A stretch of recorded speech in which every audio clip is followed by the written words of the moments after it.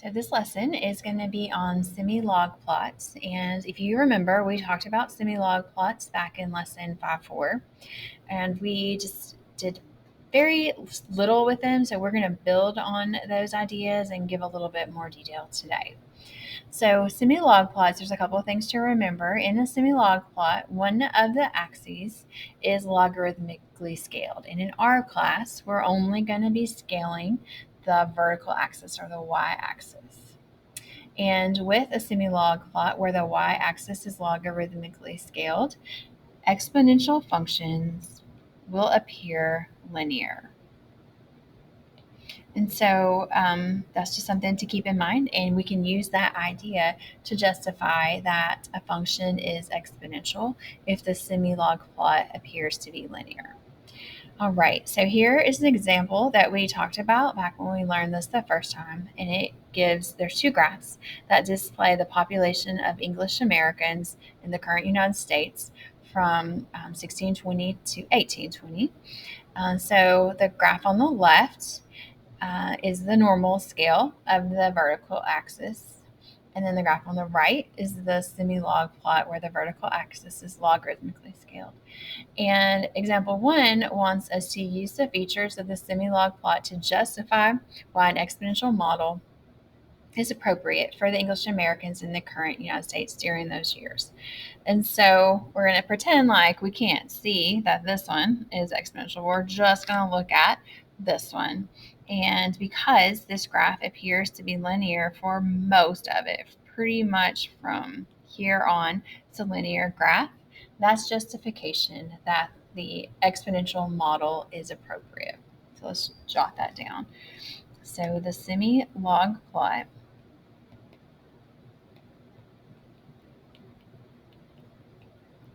appears linear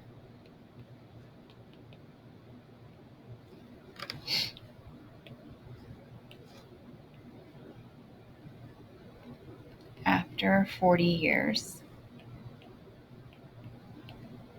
So the exponential model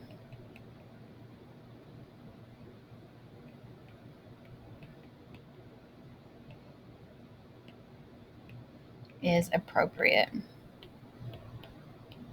Now you guys know that I like to quote the problem, and so I went back and use their words, because sometimes when you start adding words, you're going to say something that's just not true. All right, let's look at example 2. Oops. Pretend that's not there. All right, so on example 2, Mr. Passwater, Brian Passwater, is the person who I kind of use a lot of his stuff. So he tells another one of his hilarious math jokes, and it begins to spread around the school. The number of people, P, that have heard this joke after T minutes is graphed on the semi-log plot above, where the vertical axis has been logarithmically scaled.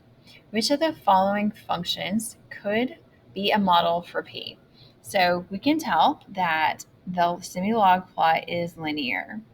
And so that means that P is going to be an exponential function, and A and C are not exponential functions. So we can mark those out. So we need to figure out which one of these works for Mr. Passwater's plot. And so I'm just going to plug in some numbers. And so if B was the answer, I should be able to plug in 0 for T and get this point right here. So we need to remember what that point is. And so this is 1, and then 2, 3, 4, 5, 6, 7, 8, 9, 10. And then after that, we're going by 10. So then that's 20, 30, 40, 50, 60, 70, 80, 90, 100. And then we're going by hundreds. So if I put in 0, if this is the right plot, then it should give me 2. Let's see what happens. So 2 plus 2 to the 0 is 2 plus 1, and that's 3. So it's not B. Let's double check that D is going to work. So if I put in 0 for D, I get 2 times 2 to the 0, or 2 times 2, 2 times 1, which is 2. So we're good for that first one. Let's just check the next one.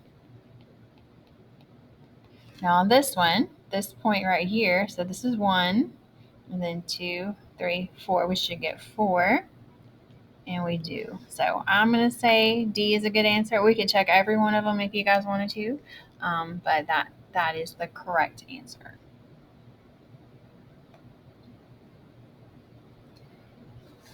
All right, so let's talk about this important note about semi-log plots. When we logarithmically scale the vertical axis of a semi-log plot, we are not changing the actual y values of the data.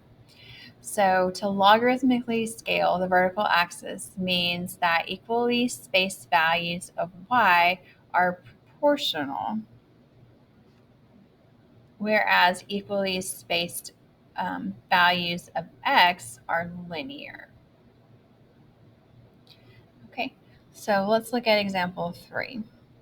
The table above gives selected values of the function f where the function where the following which of the following graphs could represent these data in a semi-log plot where the vertical axis is logarithmically scaled.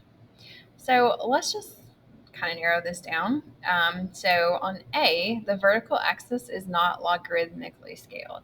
So on this vertical axis, it's going up by the same amount each time. It's linearly scaled, so it's definitely not A. All right. B actually is logarithmically scaled because this was 1, 2, 3, 4, 5, 6, 7, 8, 9, 10 going up. So it's possible that it is B. And then when we look at C, the vertical axis, we're going by 50s. Like if this is linearly scaled, so it is not C. All right, and then D is kind of what we're used to seeing. So this is definitely logarithmically scaled. Okay, now our data needs to match. And so we have 140. So we're going to go 140 is this point right here because this is 10, 20, 30, 40. So that checks out. And then 260. So then this was 40, 50, 60, that's right. And then 390, so this is 60, 70, 80, 90.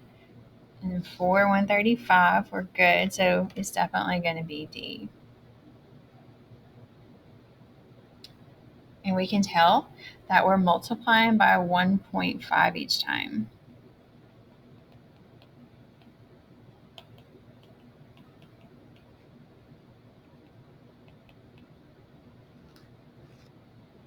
All right, and if you can't do that in your head, it's okay. You go take one number and divide it by the previous number to get that 1.5. And then you can just keep multiplying by 1.5 as you go over, and you'll see that that is it. So it is proportional, which is going to make the graph be a linear graph. All right, let's check out the next example. For example 4, we're going to plot these points. All right, so the A is at 0, 200. And so 0 is our x, or horizontal coordinate, and then 200, we're going to go up to 100. And after we get to 100, we're counting by each line, we're counting by 100. And so this one right here is going to be 200. So I'm just going to put the point there, and that's going to be A. All right, then for B, we want 125. So here's 1, we'll go up to 10, and then we're going to count by 20s. And so this is 20, and this is 30, so it should be about halfway between.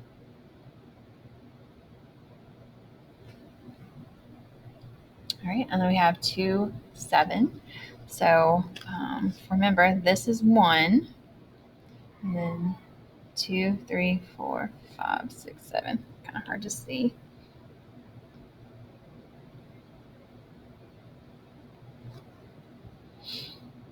Okay. All right, 3.2. So each one of these little marks is 0.2. So 3.2 should be here. And then we're going to go up to 800. So 3.2, we have 100. 3.2, 100. 100 is here. So 100, 200, 300, 400, 500, 600, 700, 800.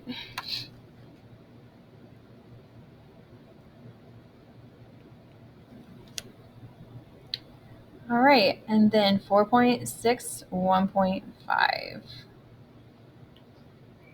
So 4.2, 4.3, 4.2, 4.4, 4.6, and 1.5 should be halfway between 1 and 2.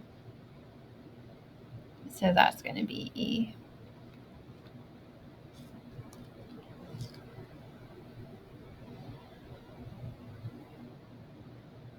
All right.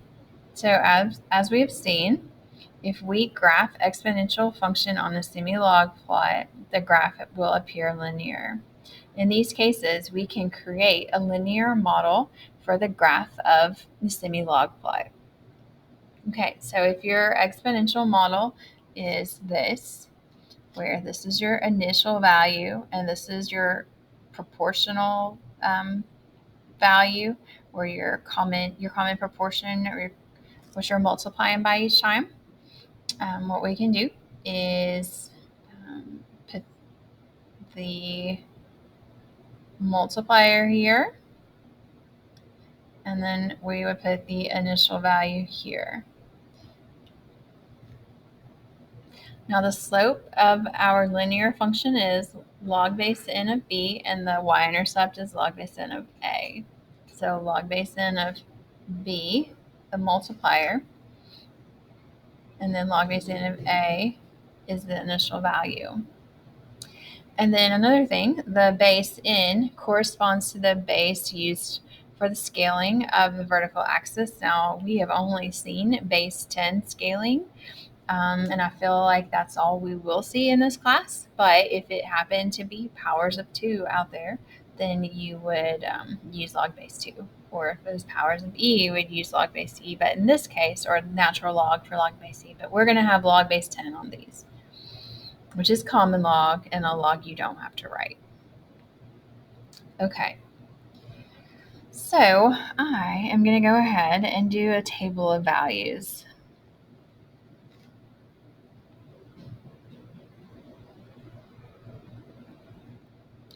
Okay, and I don't have a point at 0 here, but I need it, so I'm just going to put the 0 there and just kind of let it hang out. And so I have a 1. Oh, just kidding. This is from the graph we did a second ago. This is from here. So I could find all these if you wanted to. I feel like you're pretty good at that, but I'm just going to go ahead and just bring those numbers down.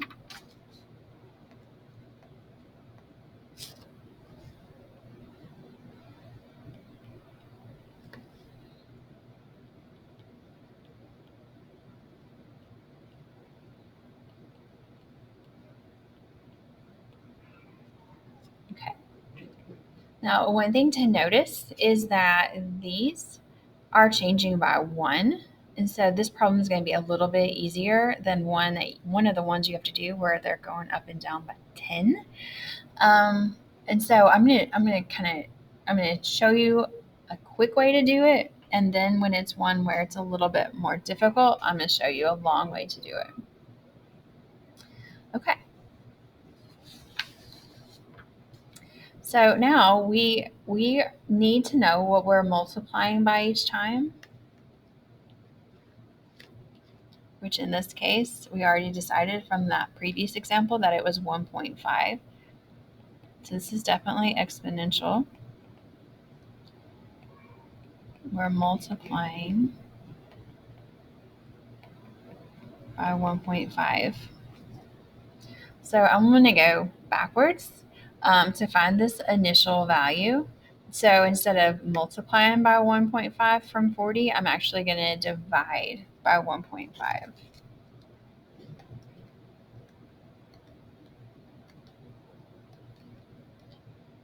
All right. So 40 divided by 1.5 gives a decimal that we can change to a fraction. It's going to be 80/3. All right, so I'll pull a calculator over and show you what I did.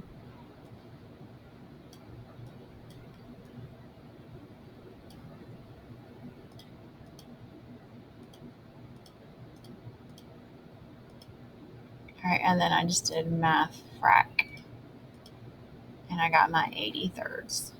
All right, so that's my initial point.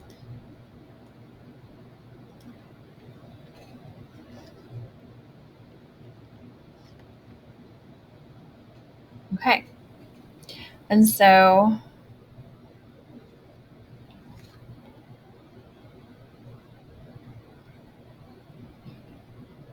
that's going to mean that if I continue this line,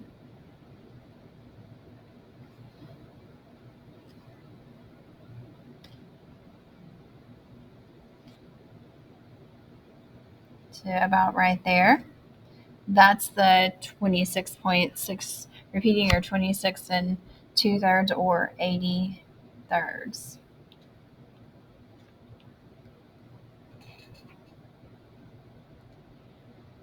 All right. And so our slope is going to match up with the multiplier. So B is the multiplier. And so we got that that was 1.5. So I put that 1.5 in for my B. All right. And then we figure out A matches up with the y-intercept. So the y-intercept is going to be log of that number we got, which is 80/3. All right, and then if I want to write the exponential model, it's going to be 80/3 for A, 1.5 for the multiplier, and then it's raised to the x.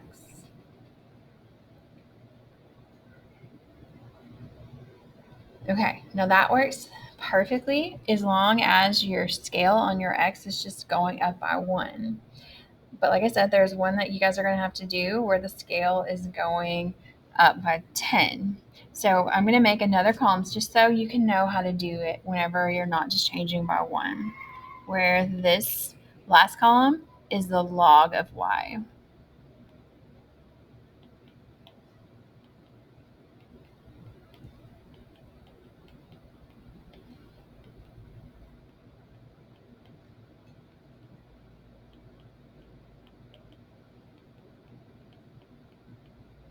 Okay. All right, and then if I needed to find the slope or I needed to find the average rate of change between two numbers, let's just go ahead and use 40 and 60.